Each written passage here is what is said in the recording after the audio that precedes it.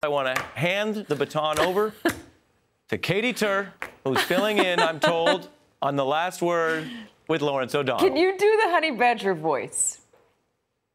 Can I do the voice? Yeah. Well, that's an impression of a thing that a lot of people haven't heard. All right. I'm disappointed. But the voice, I'm disappointed. I just want to lower expectations. It shows this honey badger, and it gives personality to him. It anthropomorphizes him as he moves through his day. And it says, this guest we're going to have on Monday does it much better than I ever could. But he says, honey badger don't care. Honey badger don't care. And it shows him moving about the natural world, Katie. And I did that for you. It is one of my favorite internet videos of all time. So, Ari, thank you. Ari, thank you. I appreciate it. Thank you, Katie And Tur. also including those goats on the loose. Earlier today, I tweeted that in a perfect world, that would be the lead story. It wasn't your lead story, but you're clearly trying to make one of my dreams come true. And Well, I appreciate that. Katie, I will leave you with a compliment for your weekend. As far as we are concerned, you are the GOAT, the greatest of all time when it comes to anchors. Or the goat in the goat rodeo. Who knows? Ari Melber. Who knows? Thank you very much. Thank you, Katie. I'm Katie Tur, in for Lawrence O'Donnell. Tonight we begin with the Russia cloud hanging over President Trump as he starts his vacation at his Bedminster resort. Some of the most controversial moments of the Trump administration have happened while the president was staying at Bedminster. And this trip may be no different.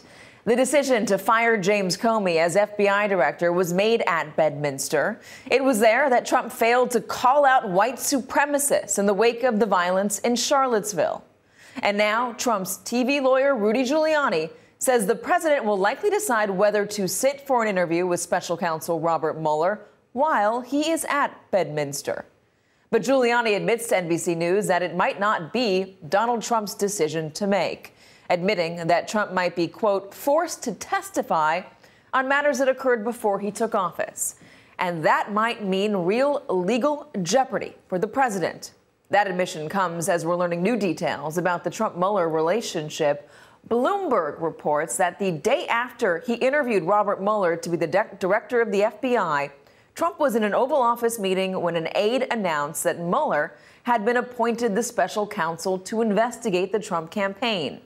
Trump and Attorney General Jeff Sessions, who attended both meetings, were blindsided, according to a person familiar with both meetings. The president immediately blasted Sessions for not knowing the announcement was coming and challenged how the person he just interviewed for the FBI job, and who Trump had said he had a past dispute with over golf club fees, could now be investigating him, the person said. Now, we don't know if Trump had turned down Mueller for the FBI job at this point, but we do know that Christopher Wray wasn't named to be the next director until almost a month after Mueller's appointment as special counsel. So it is likely that Mueller was still in the running, maybe, to head the FBI when he was named to investigate the Trump team. Bloomberg notes, from that moment on, Trump has complained to aides about a perceived grudge. Of course, that grudge has likely been exacerbated after the first week of the criminal trial of the president's former campaign chairman, Paul Manafort. Today, we heard from the first 5 witnesses who were granted immunity by Mueller's prosecutors. In remarkable testimony, accountant Cindy Laporta described how Manafort's business partner, Rick Gates, asked tax preparers in 2015 to modify the amount of a loan so Manafort would have to pay less in taxes. He was trying to reduce income and therefore taxes, Laporta told jurors. It was inappropriate. Laporta took responsibility for the changing of the amount on the loan, essentially admitting that she went along with tax fraud by Manafort and Rick Gates. Laporta testified that Manafort asked her as late as August 2016, his last month as chair of the Trump campaign, to falsify numbers related to his company's profits. Rick Gates, Mueller's star witness, is set to testify any day now. And remember, he's already pleaded guilty and is cooperating with prosecutors. NBC News also learned today that Kristen Davis, the infamous Manhattan Madam, met with a member of Robert Mueller's team. It's believed that Davis met with Mueller because of her close ties to another Trump confidant, Roger Stone. Only time will tell what, if anything, will happen during this Trump trip to Bedminster. But if history is any indication, we could be in for an unexpectedly eventful summer vacation. Joining us now are Julia Ainsley, national security and justice reporter for NBC News. She was in the courtroom today for the Manafort trial. Harry Litman, former federal prosecutor and deputy assistant attorney general under President Clinton, and Glenn Kirshner, former federal prosecutor. Julia, I'm going to have you play a few roles for me tonight because you do also cover the Justice Department.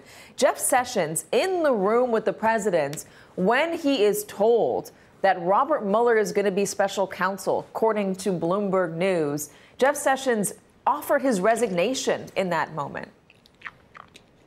That's right. I mean, I think for Jeff Sessions, the idea that Robert Mueller had been appointed was pretty obvious right there. He saw the writing on the wall, that it was because he had recused himself from this investigation that this had been allowed to happen, that Rod Rosenstein was allowed to appoint this special counsel. But of course, the way we all see it, and kind of the logical way to see it, is that the appointment of Robert Mueller was because of the firing of Jim Comey. It was actually the president's decision to fire Jim Comey, not Jeff Sessions' decision to recuse himself, that triggered this. But knowing Donald Trump, and I think that Jeff Sessions is a pretty good read on the man, he knew that he would also be in trouble. And when we look back at last summer, the number of times that we were on Sessions' watch, thinking he was about to lose his job. And the people I talked to at the Justice Department said he will hang on by his fingernails for this job, Katie. He thought that this is his last role in politics. It's one he's wanted to get to for a long time. We know his former law enforcement days are some of the ones he holds most dearly, more so than his 20-plus years in the Senate. And he saw this as his last big role and really his place to be able to push through a lot of the decisions that we've seen, a lot of these policies on immigration and the like, and he was going to hold on to it for as long as he could. But he did see that this was going to be the thing that would fracture the relationship, and it has for some time. We saw the president attack Jeff Sessions just this week. Harry, the president obviously doesn't like Robert Mueller. We've known that for some time. He tweets about him, but he does keep bringing up what he perceives as a bias, that he almost offered him the FBI director job, that he had some sort of dispute over fees at one of his clubs. Could either of those things be considered bias? So no, we already know they're not considered because the DOJ gave him a clean bill of health. But it's interesting because, as Julia says, it's the second Mueller is appointed that Sessions realizes, uh-oh, and that's before all these kind of make-weight charges of 13 angry Democrats, et cetera. Who is Bob Mueller in that second that you just have the revelation that he's been appointed? He is the best, most dogged, most methodical, most honest prosecutor of his generation. That's who he is then. And right away, the problem with him is not bias, it's effectiveness, which has turned out, in fact, to be the problem. Let's talk about Manafort for a second and go back to Julia one more time. Julia, Manafort's trial has just now ended its first week. It focused a lot around what we heard from the accountant today, talking about how she knew she was filing incorrect taxes, but also around Manafort's spending. There was that $15,000 ostrich coat, I should say, that bomber jacket. The prosecution is very clearly trying to paint Manafort as a big spender who didn't care about cheating the government and the American people in order to furnish his very lavish lifestyle. How is the defense doing? Not as well, Katie. I mean, right now we're seeing a list of prosecution witnesses who have all been picked for a very particular reason, and they lay out a pattern and a narrative of who Paul Manafort is. He's someone who spent a lot of money on his lifestyle and was so desperate to hang on to that lifestyle that he was willing to exaggerate his income in order to get bank loans and then deflate his income in order to get a deal on taxes. And he didn't care who he took down in the process, and he didn't care what kind of dirty characters he had to work with in order to get there. But I think what we're going to see now going forward is the defense is going to try again and again to discredit witnesses, particularly Rick Gates. And we now know that he will testify. The prosecution said yesterday they have every reason to bring him forward, and they plan on doing so. They want to paint Rick Gates as the linchpin in the prosecution's argument, and they want to show that he is not someone who can be trusted. For those reasons, we actually believe that the prosecution won't wait until the end to bring up Rick Gates, may bring him up early next week so that he isn't the last thing in jurors' minds when they go to deliberate. Another argument they made today, Katie, that I don't think went over very well, just judging by how brief their questions were in the cross-examination, is they wanted to show that Paul Manafort had left plenty of breadcrumbs for anyone who might want to look into this. And that with his first accountant, Phil Aleph, who has not gotten immunity because he didn't do anything wrong, he refused to lie for Paul Manafort, Paul Aleph basically was able to say, well, yes, I knew that they were working with foreign people, but I didn't know he had foreign bank accounts. The defense wants to say there were plenty of breadcrumbs, and if his accountant didn't know it, and this is important because I think it'll come up later, if the IRS didn't want to do an audit and bring a civil case against Paul Manafort, why all these years later is the Justice Department bringing a serious criminal case? But it doesn't seem to be holding up as well as they'd like, particularly because breadcrumbs don't lead you directly to 30 foreign bank accounts across the world. It's a little harder to get there. That's a good point. Vox reports that even a pardon from President Trump to Paul Manafort might not be enough to keep him out of jail. Even a pardon may not entirely be a get-out-of-jail-free card. There are a host of complications involved, including potential state charges against Manafort. The president cannot pardon state charges. Glenn, there is a lot of talk, and we talked about this earlier today, about why in the world Manafort hasn't made a plea deal. And you postured that maybe a plea deal wasn't offered. Yeah, I have to say, Katie, that it wouldn't surprise me if Bob Mueller never extended a plea offer to Paul Manafort. Why would that be? Well, for two reasons. First of all, Rick Gates is already a cooperating witness, and we know that Rick Gates' information is somewhat duplicative of the information that Paul Manafort could provide to the prosecutors. And then the other factor that I think weighs into the calculus when we look at whether we want to actually do business with a defendant and bring him into our stable of cooperators, who is that person and how long has he been engaged in illegality? Paul Manafort really seems to have lived a very long life of at least financial illegality. And then, as we all came to learn, in the run-up to these trials, he actually also reached out and touched, so to speak, some witnesses and tried to tamper with their testimony. Now, if you play that out, if we as prosecutors decided to bring Manafort into the cooperator stable, and then we put him on the stand, he would be cross-examined up and down on things like, well, wait a minute, Mr. Manafort, you tried to get witnesses to lie for you to get you out of trouble. You tried to pervert and subvert the criminal justice system, and now you want the jury to believe you're not going to sit up there and lie to try to save your own skin? You know, the cooperator stink tends to rub off on the prosecutors when you bring somebody on board who has engaged in that kind of conduct that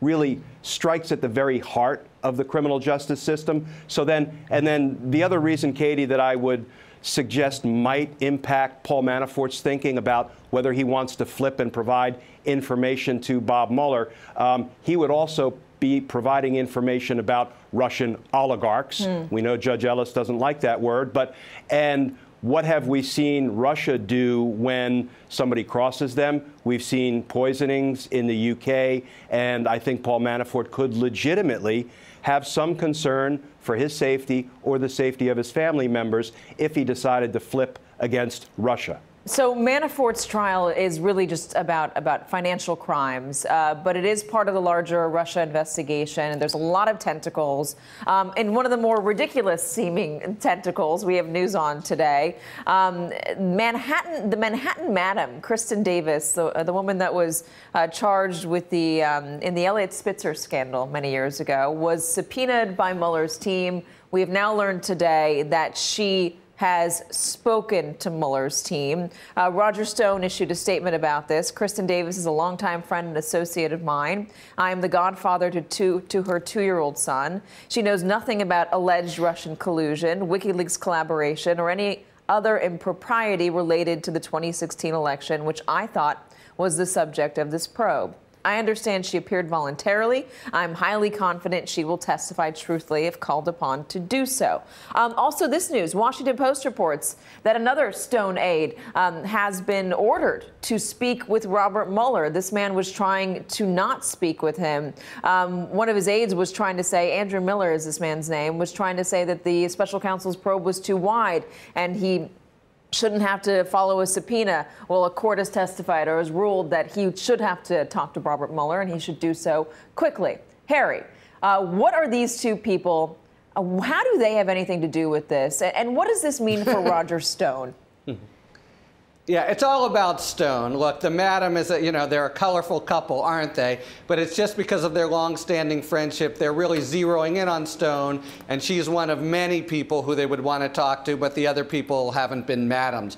Miller is kind of to Stone as Gates was to Manafort. He's the real right-hand man. He offered this constitutional argument, which is a real loser, basically saying Mueller has no authority to do anything, the same thing Manafort tried in EDVA. He lost. He's going to have some real information to provide. But the main thing it shows is that the sights are really locked in on Stone, which should come as no surprise because this recent indictment of the GRU folks in Russia actually didn't name him because DOJ policy, but identified him in paragraph 44 as someone who had consorted with him. So Mueller is obviously in trying to stitch up Russia and the U.S., looking very hard at Stone. And whether or not Stone was a potential back channel, Julia, I know from reporting that I've done with Carol Lee and with others here, that the witnesses that Robert Mueller has so far spoken to,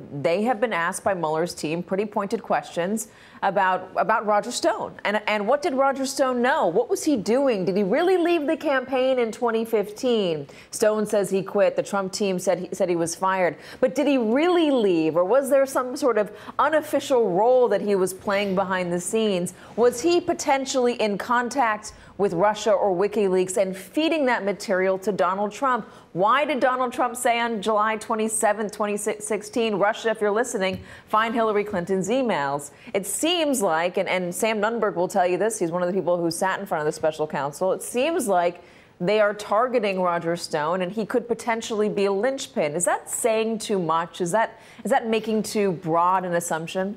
No, Katie, this is why I love your reporting on this and I love chasing down these threads with you. But it doesn't seem that hard to connect that we know from indictments that have already been brought forward by the special counsel that Robert Mueller is interested and very much honing in on this network of Russians that wanted to influence our campaign through social media, and then they wanted to hack into the DNC, Hillary Clinton emails, and use that information to also influence our election. And a huge piece of this is social media and the work that they did through Cambridge Analytica, as well as the leaks of those hacks that we just talked about through WikiLeaks. And we know that Roger Stone has a lot of tentacles in those different worlds. He's done a lot of work in England. He was very closely tied to the Trump campaign.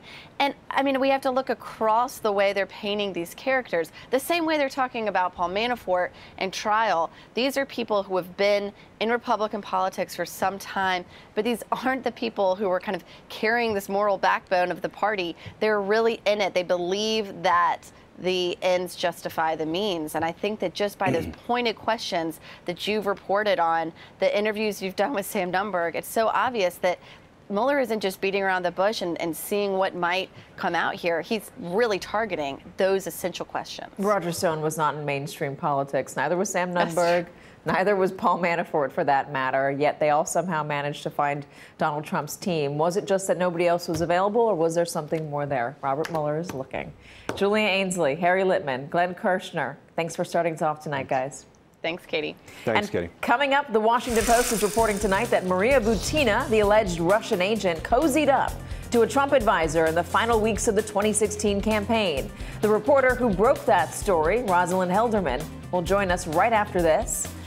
And later, a federal judge says he will order the Trump administration to take a drastic step to reunite those children with their parents. That's coming up.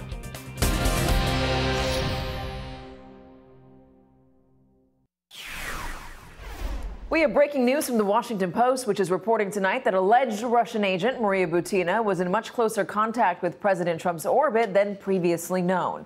Butina is the Russian gun rights activist who is in jail awaiting trial after she was charged with illegally trying to influence U.S. politics for the Kremlin.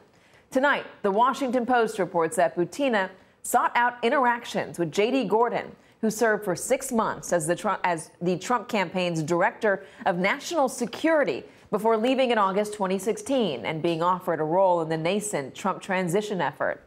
The two exchanged several emails in September and October 2016, culminating in an invitation from Gordon to attend a concert by the rock band Styx in Washington. I can't make that up. Gordon also invited Butina to attend his birthday party in late October of that year. Joining us now is Rosalind Helderman, political investigative reporter who broke this story, the political investigative reporter who broke this story for the Washington Post. Also back with us is Harry Litman. Rosalind, I'm sorry I'm laughing, but inviting her to a Styx concert and his birthday party is pretty funny. Who knew they still toured? Yeah, I didn't know that. But then again, I'm a fan of a band that's been touring for 20-something years or more, so I shouldn't pass judgment.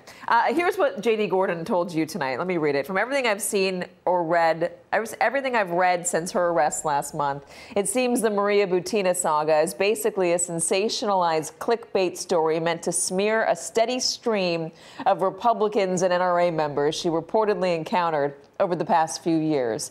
Since she networked so extensively among both groups at conferences and social events, I wonder which prominent Republican political figures she has not come across. I got to tell you, from the photos I've seen of Butina, she has been standing next to some prominent political figures, including former presidential candidates long before Donald Trump got the nomination, and prominent NRA members. What makes the interaction with J.D. Gordon so significant? Well, I think part of it is his connection to the Trump campaign, and it's clear from emails that were described to us that was a key part of why she sort of sought out this interaction. She apparently met J.D. Gordon at an event at the Swiss embassy. She was with Paul Erickson, the Republican operative she was apparently dating. And Paul then sent an email both to J.D. and to Ms. Butina after the event, sort of reconnecting them and describing them to one another. And what Paul, the way he described J.D. was to say, this is a person who's very important in the Trump transition. He's the kind of person that all the right people listen to his advice on international policy. So it did seem that the Trump connection was part of why she was making contact with him. Let me ask you more about the Trump campaign foreign policy advisors. They were not visible on the campaign, not really. People like George Papadopoulos, not around much. I never saw him actually on the campaign. Carter Page, didn't see him either. J.D. Gordon was somebody who was named, didn't see him on the campaign. These names seem to not come out of nowhere. The Trump campaign was pressured to release a list of who was advising him, because at the time, nobody, it seemed, was advising him. And at the time, considering that nobody was answering the phone and nobody made appearances, it kind of felt like these people were just random people they put on a list and sent to reporters.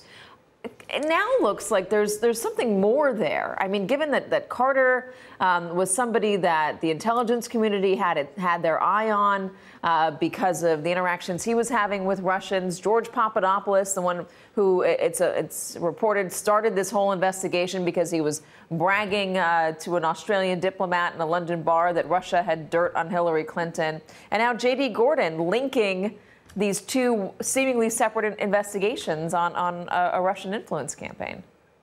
Yeah, I've done quite a bit of reporting on Carter Page and George Papadopoulos in particular, and one of the things that struck me about the two of them was that they really aggressively sought out the connection with the Trump campaign at a time when, as you mentioned, the campaign was really having a devil of a time finding sort of figures who they could tout as foreign policy advisors.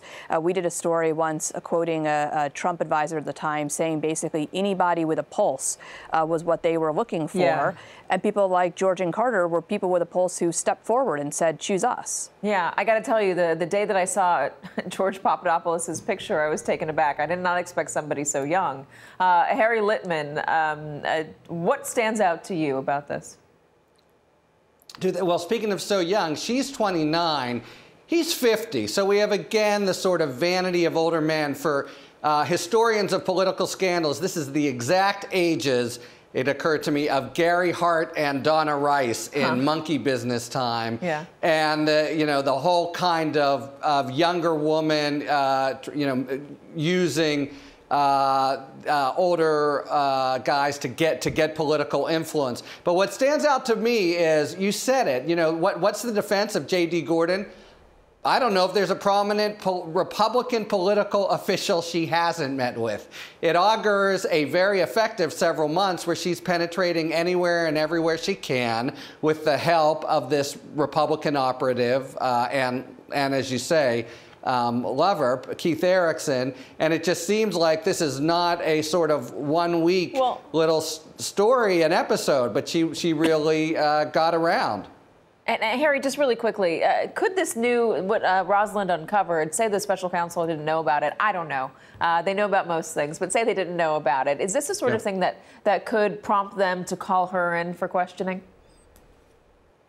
Oh, well, she's arrested. So, yeah, and she's gonna have enormous pressure on her. But yes, they'll talk to her, but also there's some figures in the campaign in her wide circle, and they will zero in like Gordon, but we already knew of a couple others, so that's what will really interest them. The couple people from the campaign, the masquerade party just after the election, etc. Got it. Harry Litman, Rosalind Helderman. Guys, thank you very much. Thanks, Katie. Thank you, Katie. Coming up, a federal judge gave the Trump administration a sharp reminder about the suffering of the children separated from their parents and who is to blame for it. Maria Teresa Kumar and Neera Tanden join us next.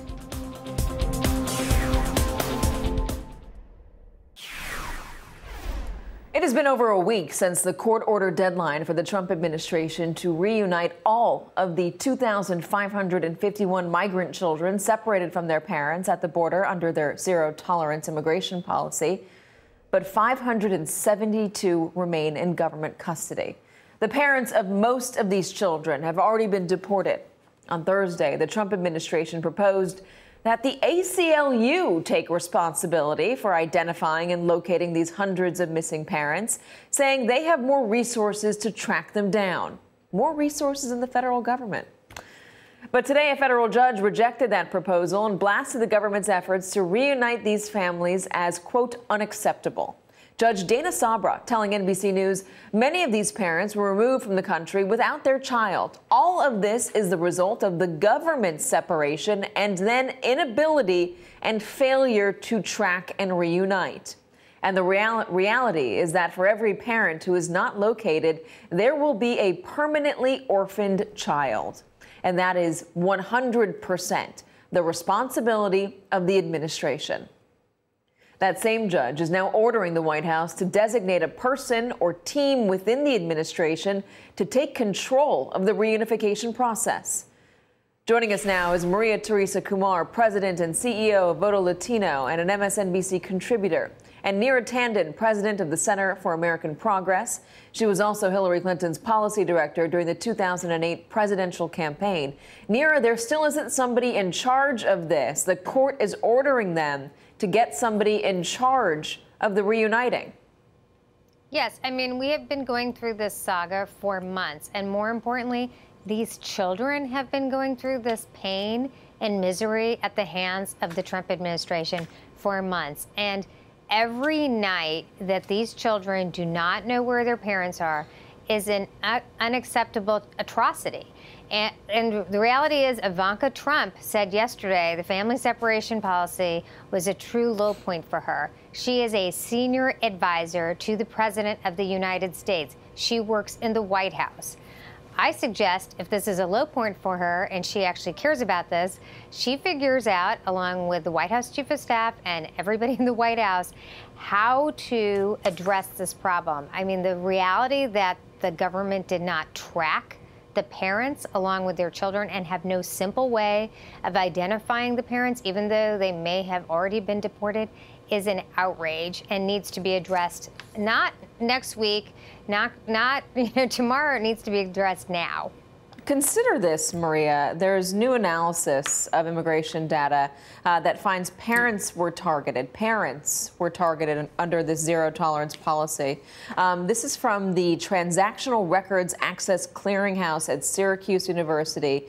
And they found that U.S. border authorities chose to prosecute adults with kids coming across the border by themselves. That same analysis found that only 32% of all immigrants caught crossing the border were charged with entering the U.S. illegally that month, an indication that it was not a blanket policy, but a targeted effort directed at parents with kids. Let me repeat that they're finding from this analysis that the adults coming over alone were treated differently and better, it seems, than the adults coming over with kids. Okay, this demonstrates that the Trump administration was trying to exact maximum pain to the most vulnerable. The people that were fleeing, the families that were fleeing, traversed 3 to 4 countries to come here with mostly just on the clothes on their back to give their children a better shot.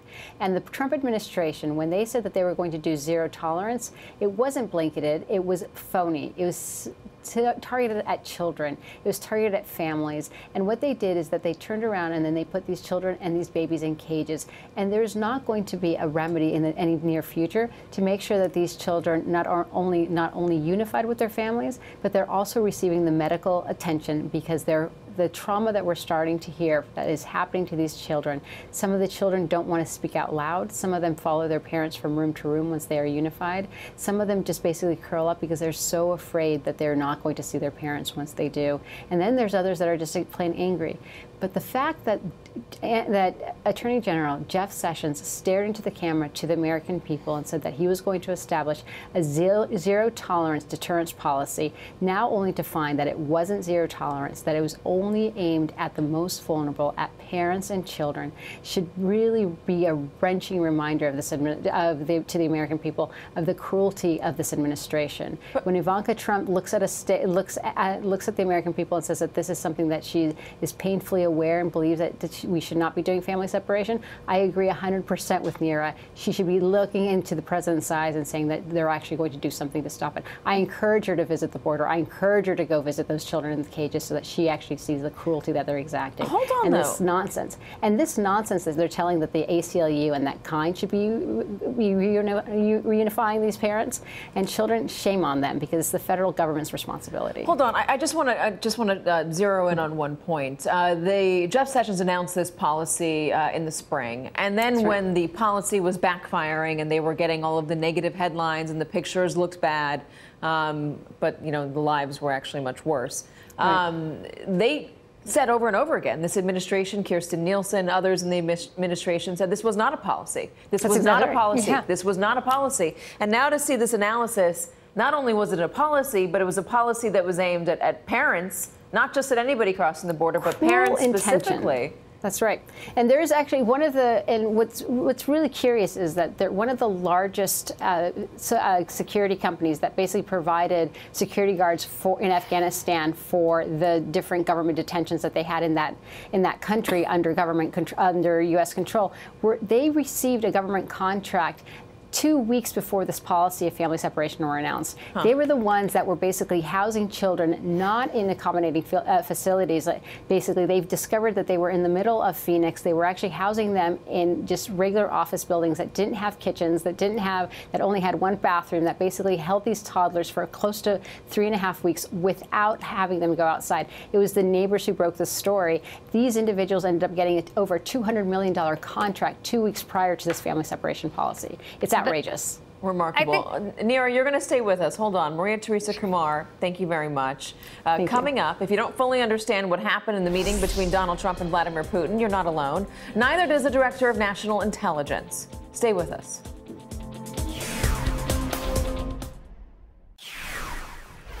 The President of the United States is at odds with his top intelligence officials. Yesterday, in a rare White House briefing room appearance, DNI Director Dan Coats, FBI Director Christopher Wray, Secretary of Homeland Security Kirstjen Nielsen, National Security Advisor John Bolton, and NSA Director General Paul Nakasone addressed Russian interference in the U.S. political system.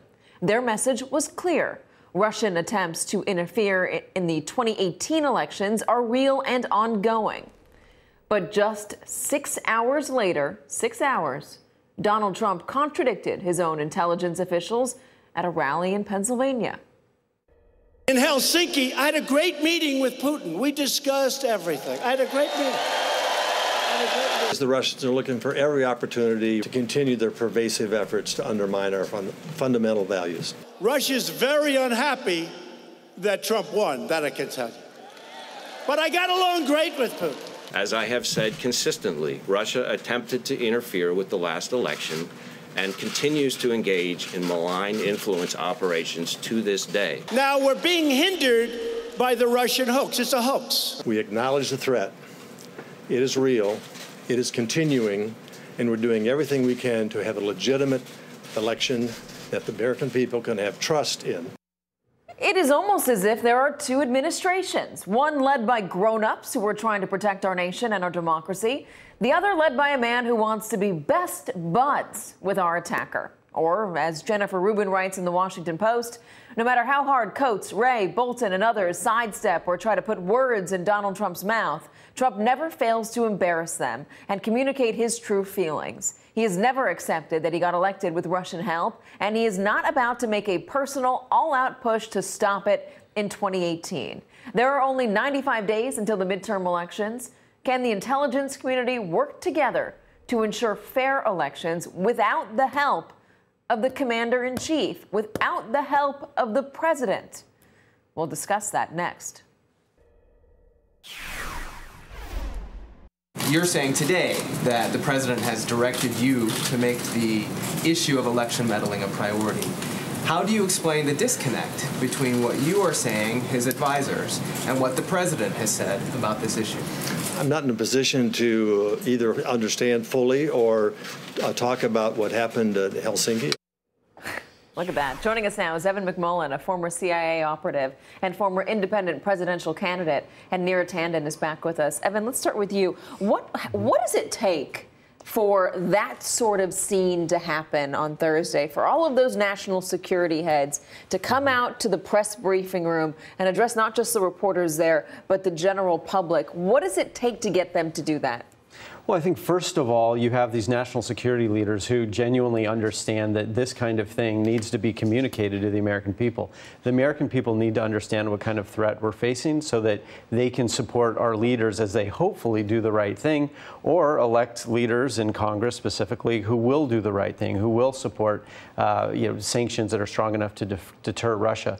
But I think what's also happening, my read of it anyway, is that as we get closer to the midterms and as it becomes clear to the American people that the Russians did attack our election and did use the Republican Party, especially through its candidate, Donald Trump, to make that attack, and that now the Republican Party is sort of lying down on the job, or at least its elected leaders, I think there's got to be increasing pressure to show the American people that the administration on some level is trying to do the right thing. And that's why I think those national security leaders end up on that podium in the press room. And even though 6 hours later, the president gets up on stage and says the whole thing's a hoax. He's talking to his base, his most fervent, loyal base. That's the message they want to hear. He's keeping them in the dark and brainwashed. Whereas the Republicans who are concerned by Donald Trump's open betrayal of the country in Helsinki are saying, okay, well, maybe part of the administration is doing the right thing. Maybe I can still vote Republican. Do you think they're in the dark and brainwashed? I think it's time for us to start thinking about some of the base being brainwashed. There's this QAnon, this conspiracy theory. The conspiracy theories on the far right are growing and spreading and becoming less a part of just the fringe discourse and working their way into the mainstream. And actually, that's been the case for a while, but it's becoming more the case. And in my mind, that's a piece of brainwashing. I mean, we're talking about people existing in alternative information environments that have no bearing on fact or reality or reason, and that's where some of his base is. Neera, it is almost like there are two administrations, one led by grown-ups, like those national security advisors you just saw, and the other one led by Donald Trump, a man who wants to bear hug the guy who attacked our democracy. Yeah, I mean, just think about the fact that we had all those leaders of our intelligence community, leader of the FBI, the DNI, all walk out and make the statements they did. And of course, it's not just their work. They are basing this on the work of hundreds, if not thousands, of intelligence people and working in the CIA, the FBI, et cetera, gathering intelligence about the threat our country faces right now. And then hours later, Donald Trump continues with the language of a Russian hoax. Just weeks after Vladimir Putin said that he wanted Trump to win, and Donald Trump said that he basically believed Vladimir Putin over the people arrayed at the White House podium yesterday. And I think the reality of this is that if you are concerned about the threat that exists from Russia, not just what they've done in the past, but what they are doing today and what they will do in the future, you cannot count on the President of the United States. And we have an extraordinary moment where there's really two administrations. There's the President Trump himself and then the intelligence community, and they have really lined up on just as opposed to him on this fundamental issue. So the question needs to be asked, is the administration concerned about sending mixed messages to Russia? Here's what one of the strategic communications director told Kristen Welker. President Trump last night at his rally said this Russia investigation is a hoax. Doesn't that undercut what happened at the briefing? Not at all. I think that we've made it very clear. The president last May in 2017, directed the administration to be tough and strengthen and review cybersecurity measures. Are you concerned, though, that it sends a mixed message to Russia? No, not at all. Not at all. The only one that's making this a mixed message is the media. It's only the media, Neera.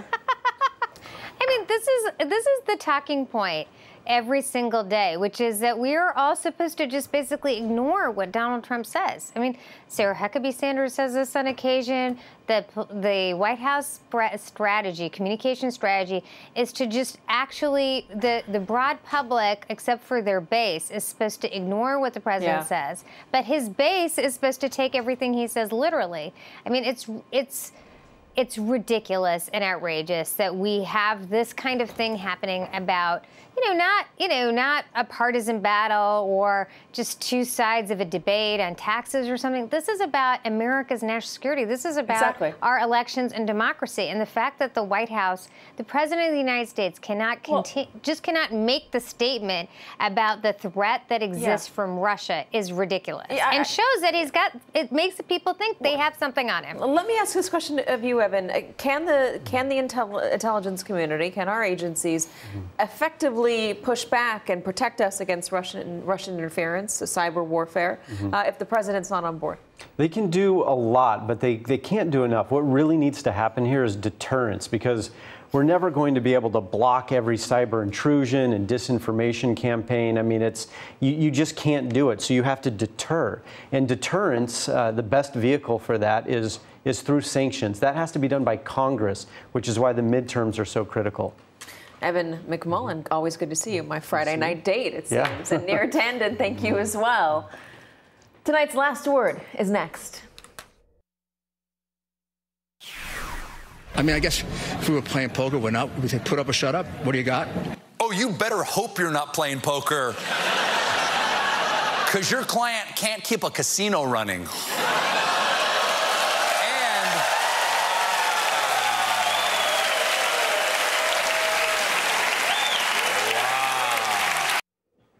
That's tonight's last word. Hey, it's Chris Hayes from MSNBC. You know, every day I come to the office and we make a television show. And every day I think to myself, there's so much more I want to talk about. And so this is our podcast. It's called Why Is This Happening? And the whole idea behind it is to get to the root of the things that we see play out every day. They're driven by big ideas. Each week, I sit down with a person uniquely suited to explain why this is happening. New episodes of Why Is This Happening? Every Tuesday. Listen for free wherever you get your podcasts.